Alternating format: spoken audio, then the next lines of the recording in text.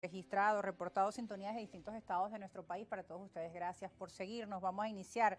Richard Daldao, buenas tardes, tremendo invitado. Pregunto, ¿qué hacer con el conde Luis Eduardo y otros? ¿Será que ya hay conversaciones? Le hace pregunta a otros candidatos presidenciales como Luis Eduardo Martínez y el conde del Guácharo.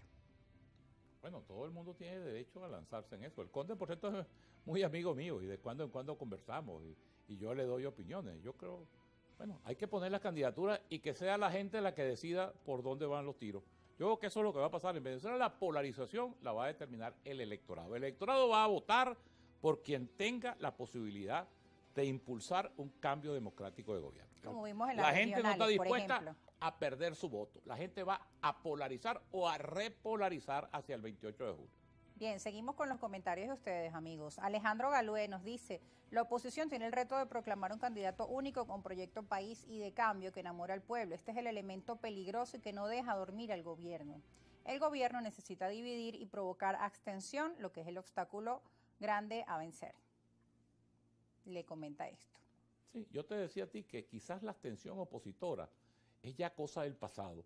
No tanto por la conciencia del liderazgo, porque el liderazgo a veces incluso da señales equívocas y va y viene y juega otra vez con la abstención y con otra cosa. Pero en la gente, en el ciudadano común, hay la absoluta convicción de que solamente votando podemos salir de esto. Y además, la convicción retroactiva, vamos a utilizar el término, de que le permitimos en el 2018, por los errores y por llamar a la atención, bueno, estos 6 años más de desgracia. Y que sería el colmo de los colmos, que no tendría perdón de Dios, que nosotros permitiéramos que se prolongara esta situación de caos, esta situación de tragedia social que vive Venezuela, porque nos abstuviéramos. ¿Cómo quedaría para la historia de la oposición si no logran además unirse? Increíble. Si siguen las 20 bueno, candidaturas. No tendrían perdón de Dios, no tendrían perdón de Dios, sinceramente.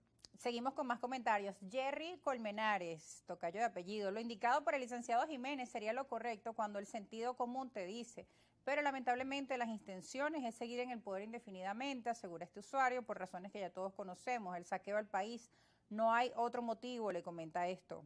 Una cosa piensa el burro y otra que la raya, dicen en mi pueblo. Una cosa es que el gobierno tenga, además tienen el derecho de tratar de ganar las elecciones. Yo a eso no le veo nada de pecaminoso. Yo creo que el gobierno está en su legítimo derecho, por supuesto, tratar de ganarlas limpiamente. Ahí es donde viene el tema y la dificultad.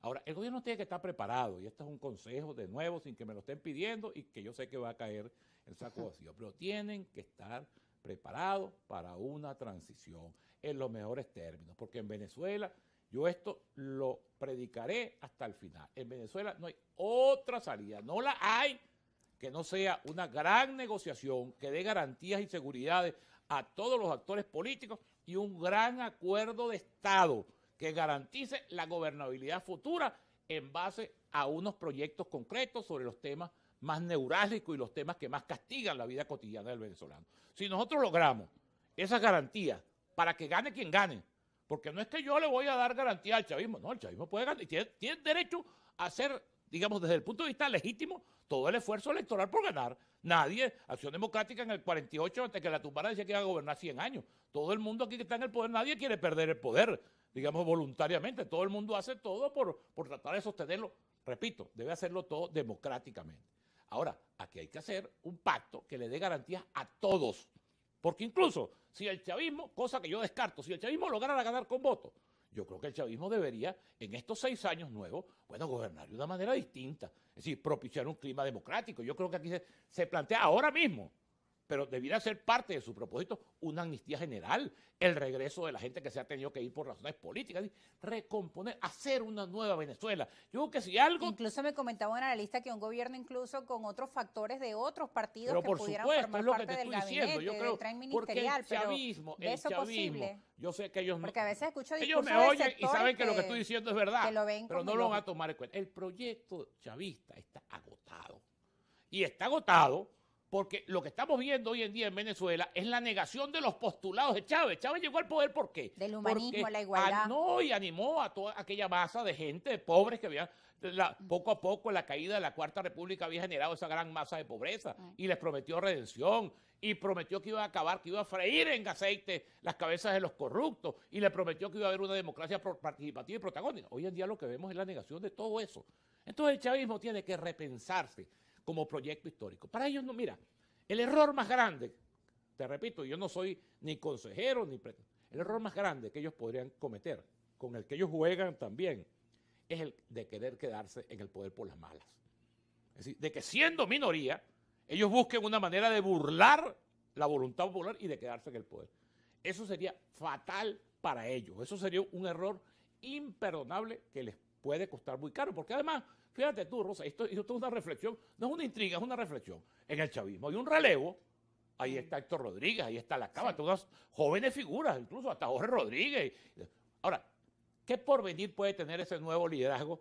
Por ejemplo, si ellos se perpetúan en el poder por las malas, como ellos mismos lo dicen. Nada, se morirán de viejos y ahí estará Nicolás Maduro, digamos, en el poder, porque eso es así. Los regímenes autoritarios, regímenes, digamos, dictatoriales, es una sola persona. Bueno, es Putin religiéndose 30 años, va a tener más tiempo que Stalin, pues. O es Fidel Castro muriéndose de viejo en el poder. Ahora, si eso es lo que quiere el chavismo, si eso es lo que quieren esos líderes democráticos jóvenes que han insurgido, que son caras nuevas del chavismo, bueno, que con su pan se lo coman, como dicen también en el pueblo. Bueno, y está la voluntad popular de la gente que va a expresarse en ese proceso electoral. Claro. Pero ahora, ¿qué le dicen también desde la oposición a esos sectores del chavismo que sienten que un nuevo gobierno de oposición pues van a hacer cacería de brujas? Pues es que no hay ninguna manera. Eso lo comentan desde la dirigencia del gobierno a la gente. El que sueña aquí con eso, Rosa, que se vuelva a quedar dormido.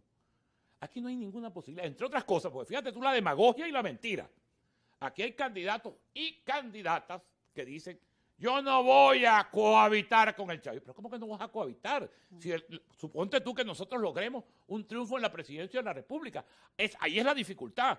Ahí es donde necesitamos un estadista de la talla de Eduardo Fernández. A ese presidente le va a tocar una asamblea nacional en contra, una Fiscalía General de la República en contra, una Contraloría General.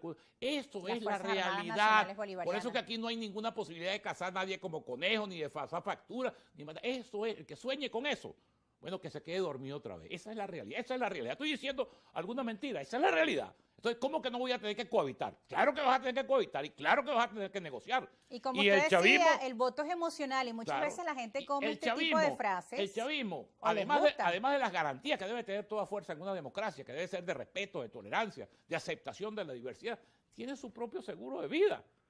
Y si fuera poco, y vamos a decir casi que profanamente, pero como una realidad, además está un factor que debiera tener otro rol en Venezuela, el que le asigna la Constitución, pero que lamentablemente ha sido puesto por ellos mismos en el rol protagónico, que son las Fuerzas Armadas también. Cuando ellos hablan de un gobierno cívico-militar en la democracia, los gobiernos son cívicos y las Fuerzas Armadas tienen que cumplir el deber que le impone el 328 de la Constitución, todo lo que le diga yo. Pero bueno, eso también las Fuerzas Armadas, lamentablemente en Venezuela, precisamente por el desquicie institucional, pues juegan también un papel muy importante a la hora de la estabilidad, a la hora del orden, a la hora de la transición democrática venezolana. Las Fuerzas Armadas son un factor fundamentalísimo, digamos. Por eso es cuando dicen, por ejemplo, cuando dicen, me voy a quedar por las malas, la única manera de quedarse aquí con las malas es hacer que las Fuerzas Armadas pasen a ejercer una dictadura en Venezuela. Es la única manera de quedarse por las malas, que no sea respetando la soberanía popular y el voto de los venezolanos. Bueno, reflexiones y mensaje final ya para despedir este programa. Gracias, Rafael Simón Jiménez, por acompañarnos durante esta tarde. Gracias a ustedes también. Me entregaron un poquito tarde.